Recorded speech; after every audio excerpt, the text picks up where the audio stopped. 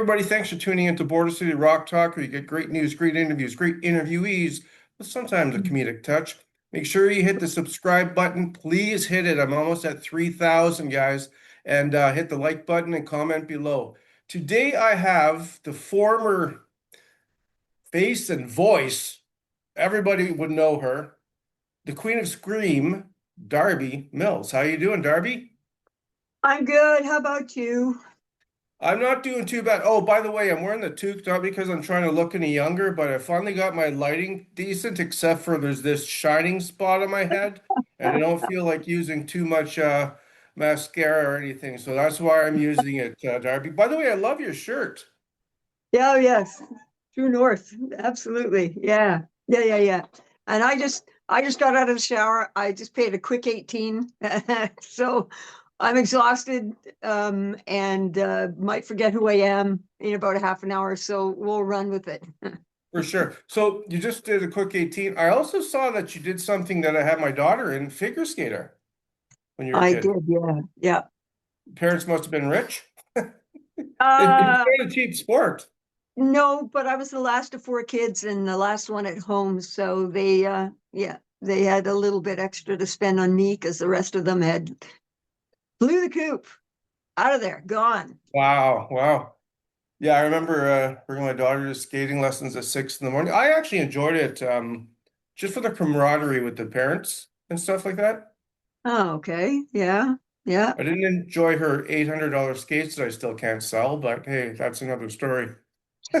So, Mine yeah, mine were $500 and I took them in to get them sharpened at the local sharpening place, and the kid went, what are these? Because they were real leather and real leather hide soles on them. And he's like, I've never seen this before. And it's like, those are handmade to melted to my foot over 45 years ago. And yeah, they were $500 that many years ago. I can't imagine wow. what custom made skates are now. Can't imagine. Yeah, Yeah.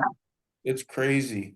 So we're going to talk about the Darby Mills project, True North. But I wanted to get, well, obviously, people coming to this interview are going to know about you. You're with the Pins for their three albums, Turn It Loud, Line of Fire, and Head Over Heels. Don't it make you feel, yeah, 60 years? Six albums. Oh, six albums. Oh, I didn't even. Okay, you know what? I'm just looking at the top three.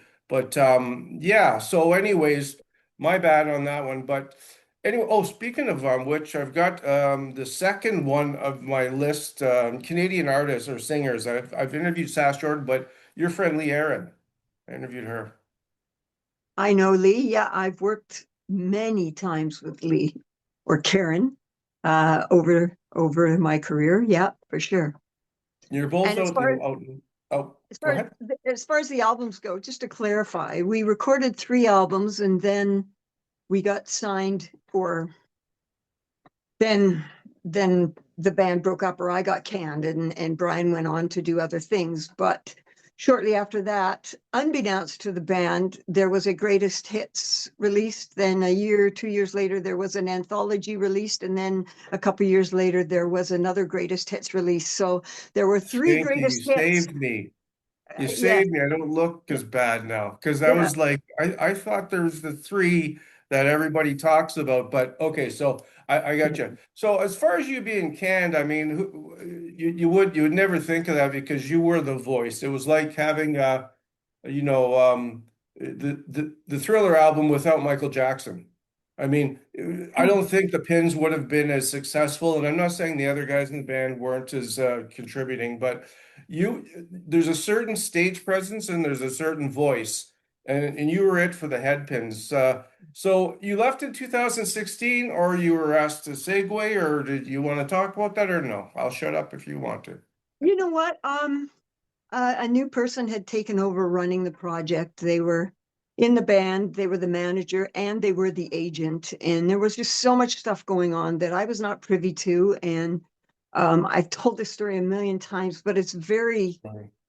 guttural still to me. When the Headpins broke up, um, I was the only one sued by the management at the time for $500,000. I fought for about 4.5 years, 5 years, then found out I was pregnant with my first child. And the amount of stress that I was under, I mean, there was no way I had $500,000 to give. I barely made 100,000 in the 5 years I had been in the band, and I had to live on that as well. So, um, yeah, I felt that I had a right to at least some of the decisions, and that's the reason why when the Headpins tried to reform in '88, um, we had done a cross Canada tour with a new drummer and a new keyboard player. And when we got home, there was an American deal there for us. And the 50-page contract was even less lucrative for me as an individual than the one when I signed it at 20. So here I am, Wow. 28, and going, there's no way for me to make money here. I asked if I could have the possibility of writing upon half the songs, and I was told that is unrealistic. That's not going to happen. And at the time, knowing that's the only way you make money is by having the publishing. So Mhm. at that point, I didn't get fired at that time. I got fired the time before. At that point, I said, you know what, I have my own deal going, and that's where Never Look Back came from, and that's why Yeah. it was called Never Look Back. So went on to do a solo deal, and a couple years into that, the label decided it wanted to go with young blonde boys rather than a now almost 30-year-old female. So they let me go from the label, and at that point I thought, you know what, I'm cool. I've been married for 10 years. Yeah. It's time to have babies. It's time to get real.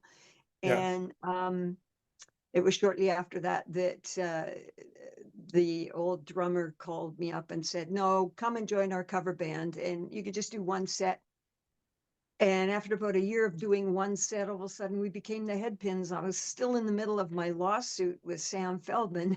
I'm like, who called us the Headpins? Like, they're going to throw me in jail. I didn't do this. It wasn't me. And So I don't understand actually, and I'll bet you there's a few other people that don't understand. What was the lawsuit about, if you don't mind? But if you, for the Headpin debt, it was $500,000 of money spent on the oh, Headpins. oh, I Yeah. see. So the I don't know, the record label or whatever had Nope. forwarded. No. No, this was management. That Oh, that okay. if Solid Gold Records went under, they got picked up by CBS, and they got picked up by Michael Jackson, and Michael Jackson lost everything to somebody else. I have no idea where all that work has ended up. I still get a little bit of money from the Headpin stuff, but oh, it's as brutal a story as any that you hear. It's a typical who screwed who music Cutthroat business story. record industry, right? Yeah, Yeah, yeah, like Michael Jackson, he had, I think it was Sony that he was suing. They were going back correct. and Yeah, forth, and yeah. then he And then passed. that got bought out as well. So I don't know who owns our stuff now, but it's not me. I'm just expected to pay for it. Or well, not anymore, because after about 4 years of paying for lawyers and waking up screaming in the middle of the night, I then found out I was pregnant, and I said, you know what, I can't fight this anymore. So yeah, I declared bankruptcy and Mhm. lost everything. So starting again at 30. So yeah, And it's been a wondrous uh, career. it's been a head spin. I thought you said head spin. Really, I thought you said head spin. I thought that's a great word just right now. So, um, you're doing work with the Darby Mills project since 2016. Is that ongoing, or is there, like, I know you did some shows this summer. Do you have anything on the itinerary? And tell us about True Story. Well, DMP is Darby Mills Project, is finished for our work for this year. But True Story has got another show coming up in Estefan, Saskatchewan, or Saskatchewan, Yeah. and True Story. There's on the Darby Mills Project YouTube page or Darby Mills Project page on Facebook. There's all kinds of videos explaining and showing videos of the show we've done so far. We've done a 9 camera video shoot in a TV studio about 3 months ago. So that will be, I have 9 terabytes worth of information that I get to go through now to put together a 2 hour rockumentary of true story because so what it is, Yeah. over COVID, I learned how to video edit What do and you I put use? together, What do you sorry, use for video editing? What software? I have Adobe Suite, so I Okay. have, but mainly Premiere Pro is what I use for the actual motion part of it all. The And reason I asked is because I taught myself as well, but I use DaVinci Resolve. But it's fun, isn't it? Once you get the hang of it. I spent 2 years, and one of my posts is I worked my ass off. No, literally, I have no ass anymore because I sat for 2 years working every day, minimum 5 hours every day for the better part of 2 years putting this show together. So, Wow. um, it's a live show where the project band, plays 21 songs. It's 2 acts because the soft seaters or the performing arts centers want you to take a break so they can sell booze. Yeah, sell booze and So merch. Yeah. and Well, you and, can and sell merch, merch in the middle. Yeah. yeah, which you pay for. That nothing's free. No, you're gonna pay for They your take a space. cut regardless. Yeah. And so yeah, it just starts off day one, pictures of me as a child, and it explains how, where, and why I started singing, and it goes from there. We take a break, and then it plays. That's when we do basically the covers, which is Joplin and Led Zeppelin and Nazareth and Kiki D. Who else did we play? Bette Midler. The first set are songs that brought me into The the industry. vocalist that I am today. Yeah. The industry for sure, but the vocalist, because that's who I listened to before I was a singer. And it explains that. It talks about going out into the bush, where we partied, and this is where I fell in love with Nazareth, and just things like that. So there's interaction in between the songs where like newspaper clippings and whatever run. uh, As I explain, it's a live documentary, um, Okay. that is 2 acts, and then the second act goes into the Headpins. We do 6 Headpins songs, 2, 3 originals, and a couple cover songs that we've re-recorded as DMP and put out. And I've done videos for and stuff Okay. since Yeah. 2016. So it's we've done it 4 times now this year, including the filming of it, and the reaction has been really, really strong. Like people telling me the electricity in the room was definitely there, and just hearing and understanding, how, why, and where, and when. Right. Even my family came to the inaugural show here in Vernon, in my hometown, and they came backstage after. We had no idea, and I'm like, well, yeah, and the first act is only the first 2 years of my career. That's two Yeah. years. That's all that in 2 years. But it Wow. was the best time. It was the '80s, early '80s, late '70s, early '80s. That's when rock and roll was king. And Much music. yeah, I mean, you could play for 2 months in Vancouver and not have to go on the road. You could play 6 days a week in Vancouver because there were 10 clubs in Yeah. Vancouver that were full every night of the week, every night of the week. Yeah. What I'm so grateful that I came up through that era because I honed my craft in the first 2 years. I became who I am in the first 2 years of being a performer or a singer.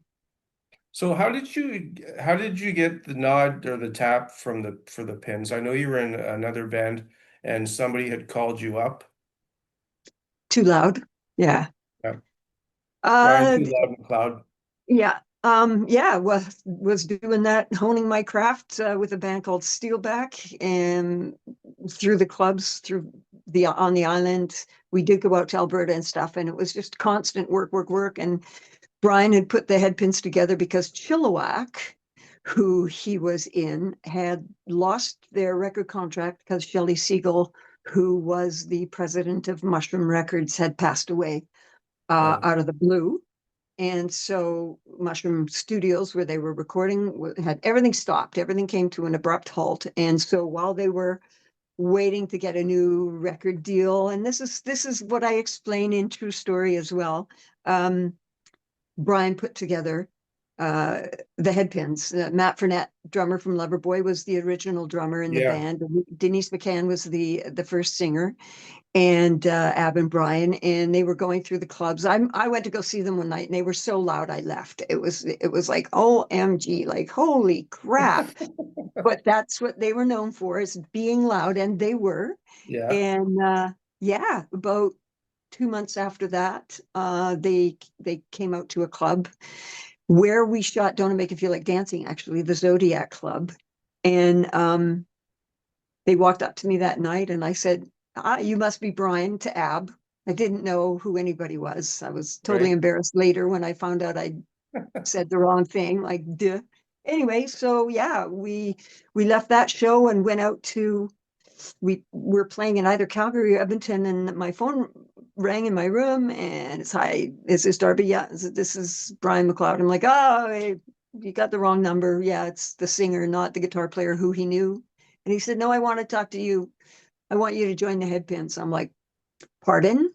I like, I didn't like the band when I saw them. And he said, "Yeah, take your time. I'll call back tomorrow." Take your time. I'll call back Yeah, tomorrow. He's he not gave me a impatient. day. He's like me. Yeah. So, yeah, I thought about it for a while, and I'm like, damn, to get the chance to work with Matt Fournette and Brian McLeod.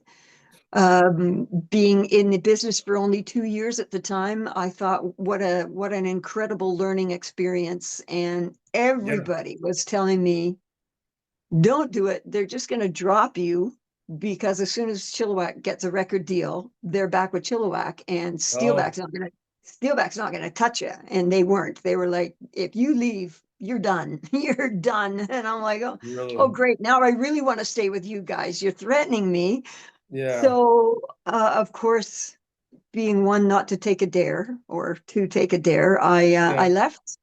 And yeah, Chilliwack got signed about 6 or 7 months later, and Solid Gold Records signed them. And while they were out, and I explained this in True Story as well, while they were out checking out Chilliwack and getting the paper signed, they came out one night to the bar to see Brian's side project. And I don't know, a week later, they signed me, alone me, Oh, to wow. the Turn It Loud record contract, because Brian and Ab were already signed to Chilliwack. So they, Right. at the time, signing players to two contracts apparently was just not done. So I Hmm. was the sole, I was the excuse when anything went wrong. It was me. It was my fault because I was on the deal, right? So yeah, that's kind of the long and short of how the Headpins nabbed me.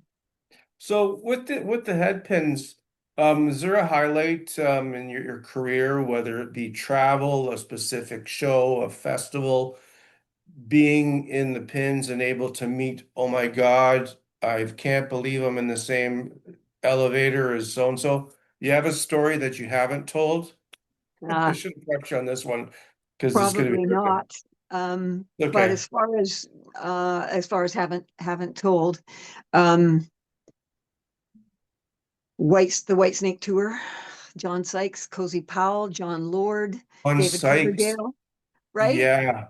So the Slide It In tour, I mean, that was just unbelievable, going through Europe and touring through Germany and Copenhagen. And anyway, that touring across the country with Kiss. I don't know if you watched Family Jewels, but A little um, bit back in the day, yeah. yeah, well, Sophie did name her dog Darby, just in case you didn't catch that.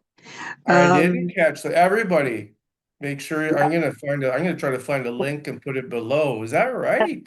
yes. Wow. Yeah.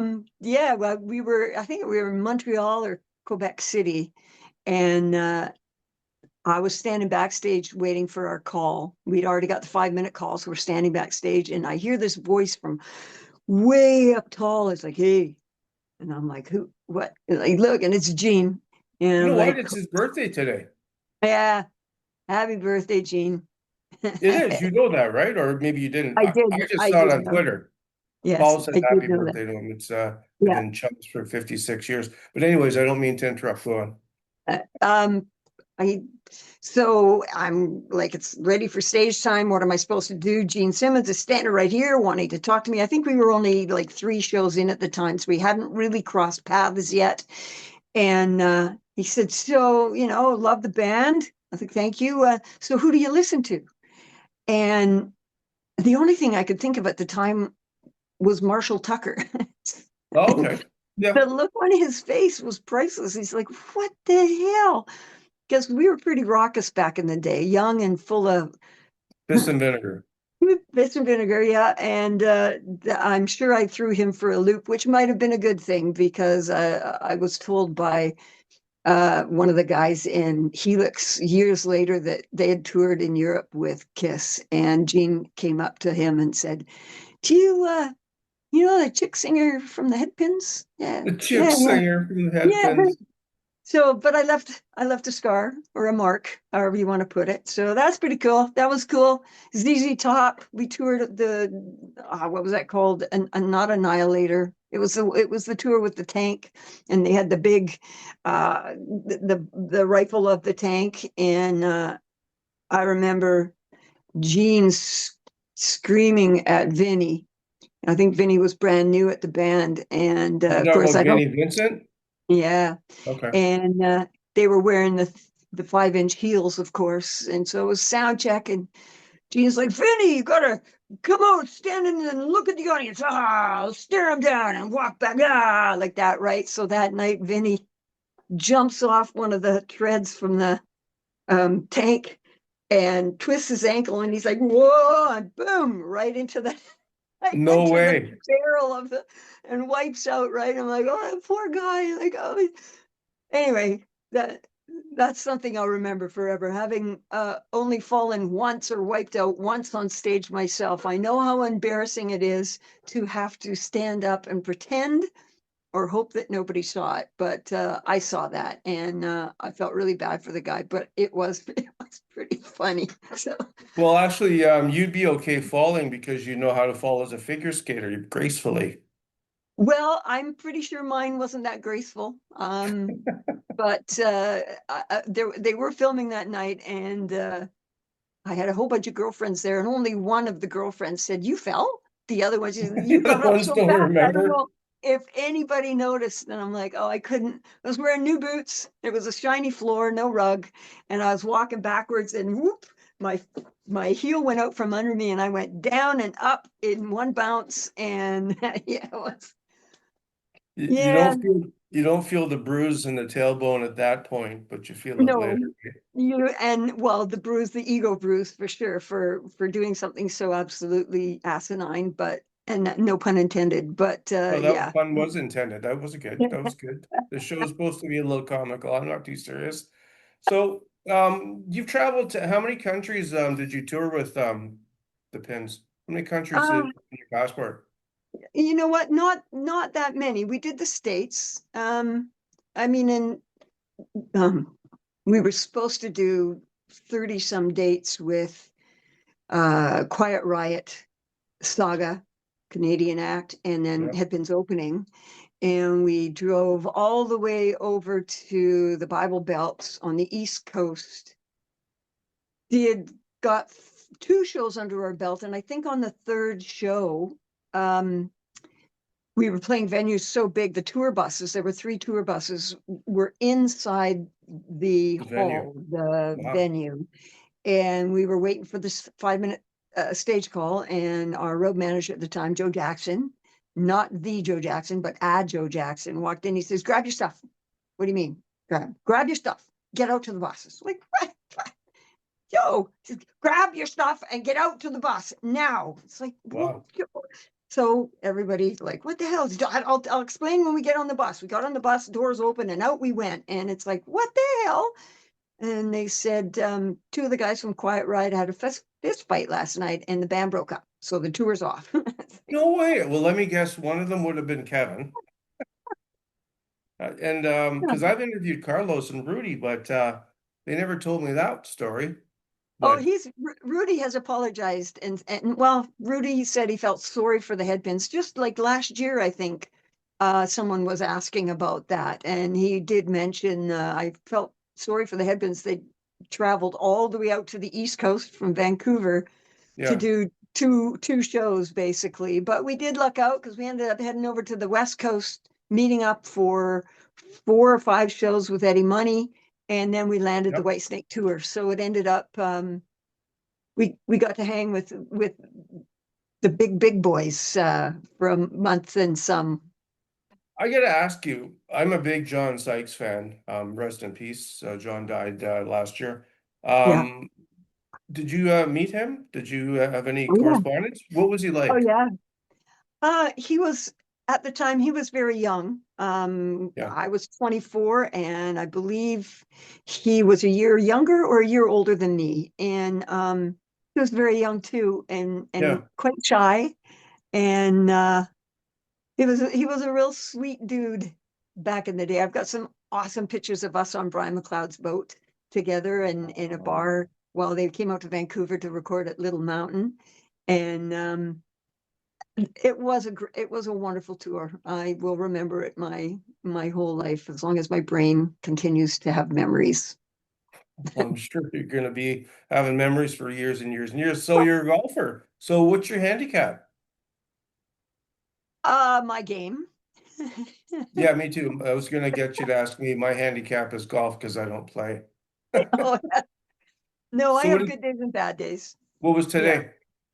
Well, you knew Um, you were coming into this interview, so you might have been a bit nervous all day. Yeah, right. well, no, I didn't. I knew I had to come home and shower because literally we had wet cloths on our head and stuff. It was a hot day out there today, so Oh, really? um, it really, yeah, yeah, it's warm today here, but I haven't done a handicap. I actually don't keep score until I know that I can play at least 3 rounds and break even. I won't keep score because I'm still, in my opinion, learning. So I I like did that. get a I did get a set of clubs 2 years ago, new to me, that were like $2,000 clubs, and I am playing much better.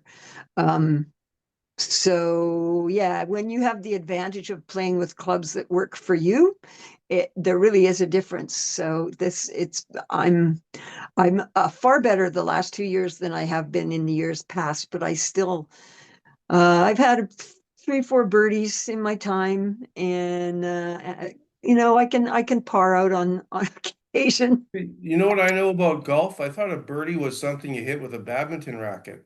I don't know. Yeah, well, in our town, a birdie is something that you have a drink after. So Oh, I yeah, like that. I like yeah, that. yeah. What the hell? Oh, I was going to speak and segue into a Happy Gilmore 2 came out this year. Did you see it? I have indeed, of course. I Yes, started watching it and I didn't watch the rest of it. I'm gonna have to maybe watch the rest of it tonight. The first one was great, but usually the second. Oh, speaking of movies, I always get into stuff like that. I probably bore all my subscribers with this, but are you getting excited for Spinal Tap 2? you know what? It's taken so long. Next month. Next month it's released. Y- yeah. Um,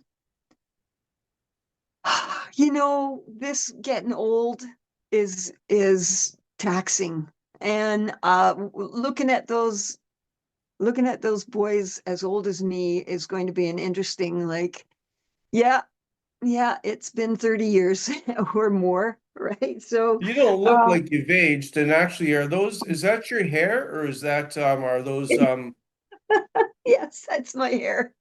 seriously? Well, I wish somebody'd asked that about me, but this is where I wear the tooth, okay? Oh, well, I'm actually going in to get a whole bunch cut off, and old ladies shouldn't have long hair, I've been told. So I'm Hey, gonna, listen, I've seen late old, well, you're not old, but I've seen story. I was at a casino last year and there's this lady with purple hair, and she must have been in her 70s, late 70s, and started chatting with her and said, "So why do you wear purple hair?" And we were just, she goes, "Well," and this is the story she told. When I was a kid, I wasn't allowed to do anything. So now that I'm older, I'm like, "Are you sure it's not because you want to look a bit younger like the other kids with purple hair?" So that's what she had with Yeah. purple hair. Yeah. Well, I've had somebody, I used to have a pink ski jacket, and somebody came up to me and said, wearing pink like that at your age is just you trying to be young. And I'm like, yeah, So, like that's yeah. exactly what I'm So, wearing. Yeah, like got me, and who told dude. you that? Like, I mean, what did they just walk around with, just with a bag on? I mean, like everybody Yeah. wears clothes and fashion to look a certain way.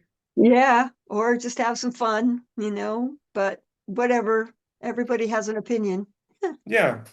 Well, one thing I don't want to forget, but speaking of pink jackets, jean jacket, you said, was it US Top? Remember that brand back in the day?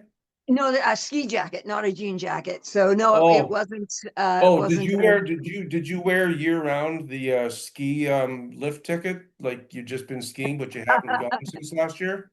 No, I did not because I didn't ski. Once I left home, I never skied again, as far as I can remember. Anyway, I mean, I might have kind of sort of, but I wouldn't call it skiing. I'd call it falling down. So, yeah, No, but I yeah, and mean I a would. fashion statement. I remember when I had a ski jacket and I went skiing once. I kept that fucking lift ticket on for about 5 years. Did you go skiing this last weekend? Oh yeah. Why does it say November on it? Don't look that close. I November wanted to ask you 2016. about something.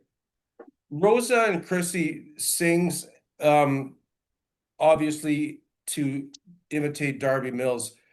Did you ever feel like imitation is the best form of flattery, or was it like, ooh, you cringe when you hear someone else singing your music? I mean, all of the above. Okay.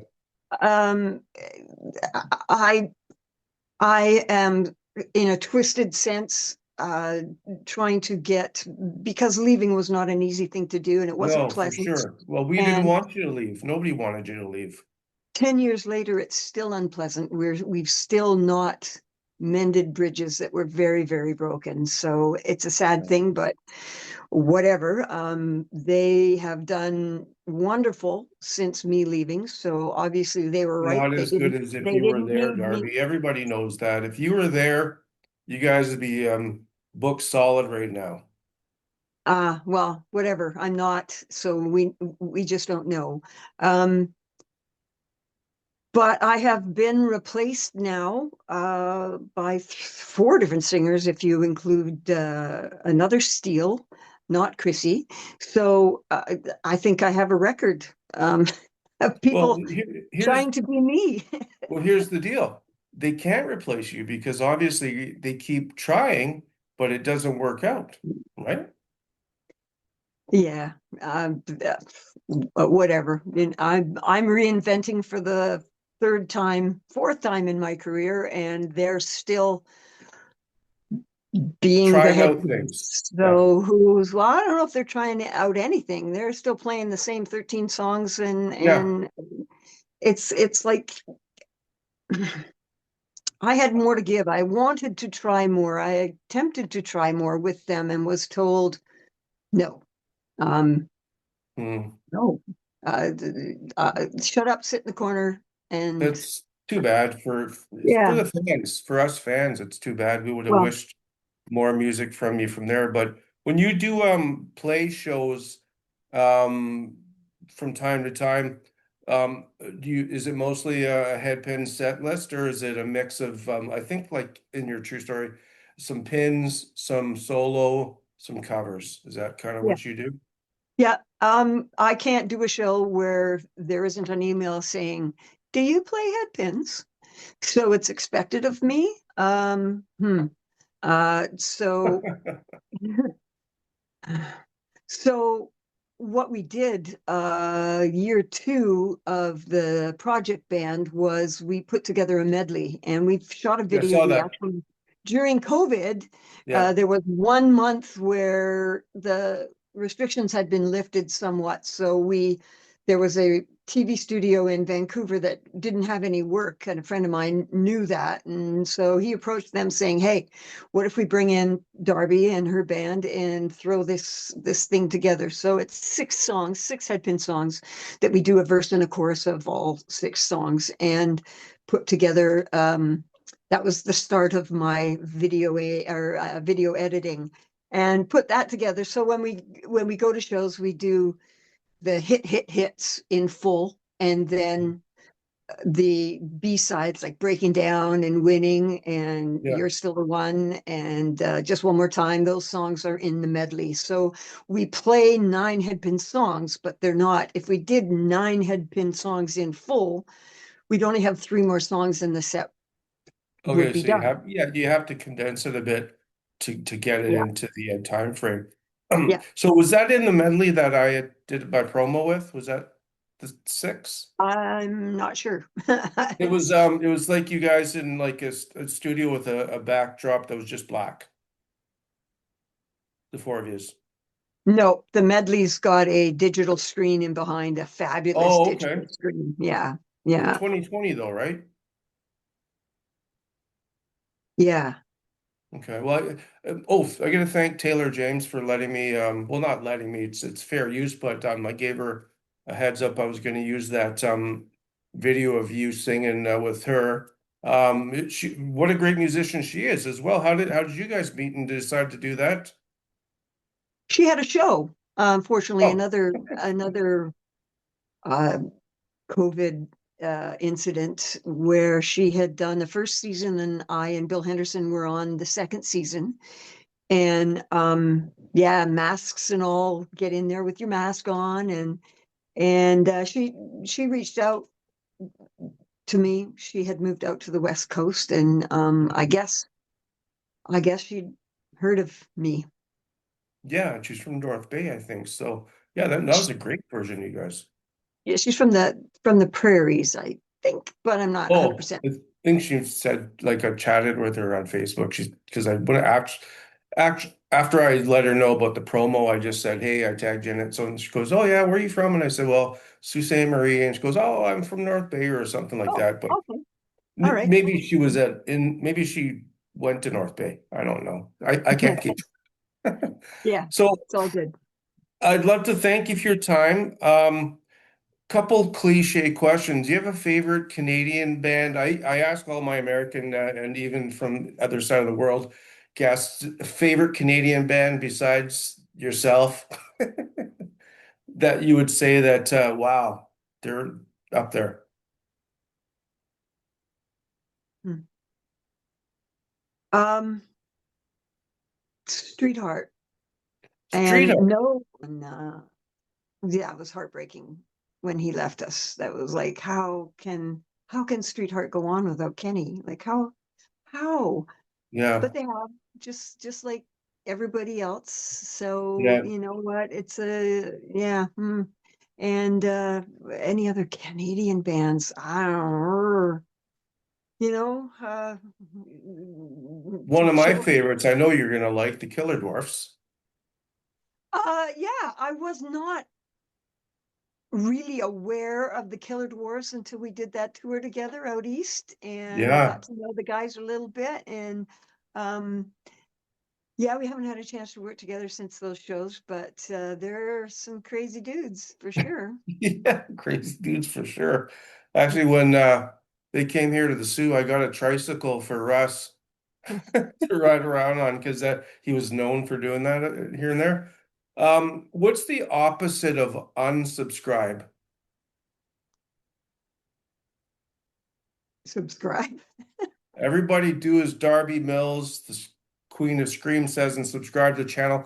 I'm trying to get to 3,000 guys. Should they subscribe, Darby?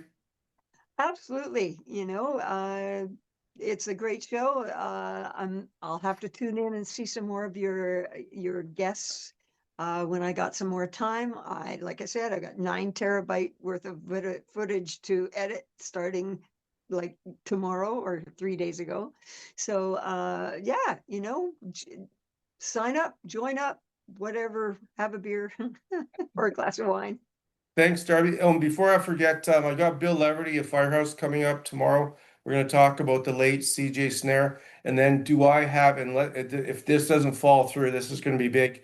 This is an interview next Tuesday, and it's Ozzy Osbourne related, guys. Ozzy Osbourne. So tune in, subscribe. Thanks again, Darby. I appreciate it. You've been, DarbyMills.com. Just pardon remember, me? DarbyMills.com if you want to Yes. check out Oh, what's yes, yes, coming. yes, yes, yes, yes. Yeah.